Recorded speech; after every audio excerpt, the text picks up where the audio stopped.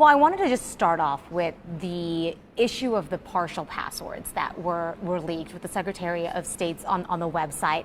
And there's been reassurance from the Secretary of State that the systems are secure, but you're also seeing it turn into lawsuits. You're finding out how long these passwords were out.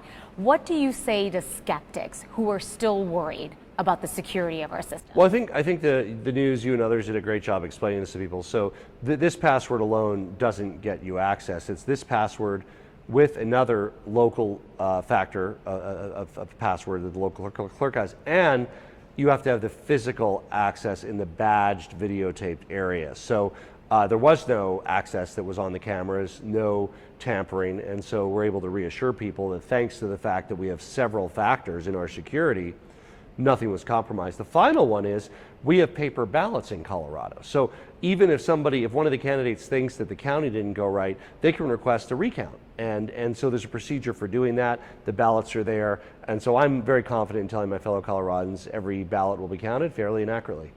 When you talk about like the cybersecurity aspect of this, can you talk about what provisions are in place, to protect against any kind of cyber attack, and what the biggest concern is with that?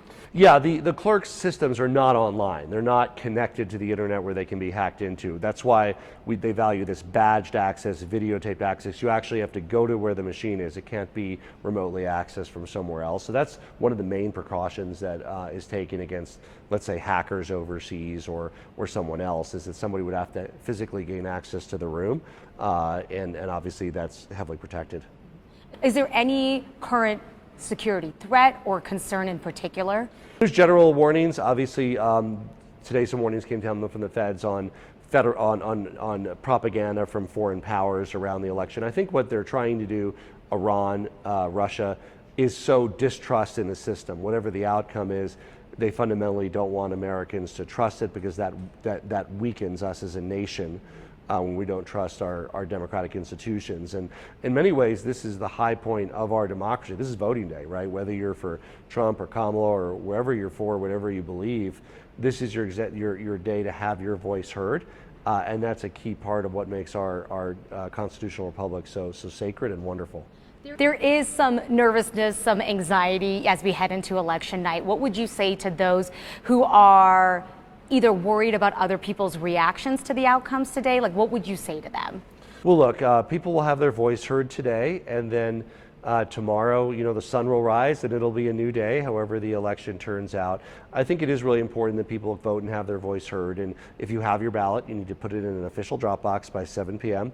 If you lost your ballot, you didn't get a ballot, yes, you can still vote. You register and vote at a voting center in your area, and I encourage people to do that.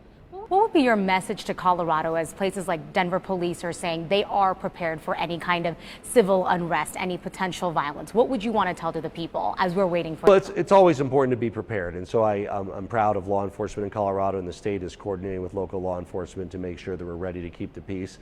Certainly it's a good night, and some people will be rejoicing, some will be sad, but I think it's just watch the results. In the privacy of your home with your family. That's what I'm going to be doing tonight, and that's the safest thing to do. Trump brought up you and Colorado yet again, so close to the election. What was your reaction to seeing that? Well, he seemed increasingly confused and distracted, and this is an example of that, because the truth is I'm not running against him. So I was happy. The more he focuses on me rather than his opponent, the better for Kamala Harris, who I support. So I was glad to see him get distracted and confused and start forgetting who he was running against. Colorado voters are making some pretty big decisions tonight. Changes to potentially the state constitution, everything from abortion to same-sex marriage. Can you speak a little bit to the magnitude of the choices people are making? Yeah, in Colorado, the only way that the Constitution can be changed is by a vote of the people. The state legislature can't do it, governor can't do it, and it needs 55%, not 50%. So yes, there's constitutional amendments, and we should be very thoughtful about protecting our rights in our Constitution. There's many other initiatives that really matter to Coloradans, and I encourage my fellow Coloradans to read through those and make informed choices. My last question for you is just, how are you and your office handling the issues with social media and AI, especially throughout the day? What are you telling people of maybe misinformation or misleading things that are being put out there that's sometimes hard to decipher? Yeah, I think the important thing is that people know how to cast their vote. It is too late to put it in the mail. You need to put it in a drop box. If anybody is saying hold on to it until tomorrow or mail it, that's false information. It's important to flag that and refute that. And of course, if you didn't get or lost your mail ballot, you don't lose the right to vote. You still get to go to a voting center anytime before 7.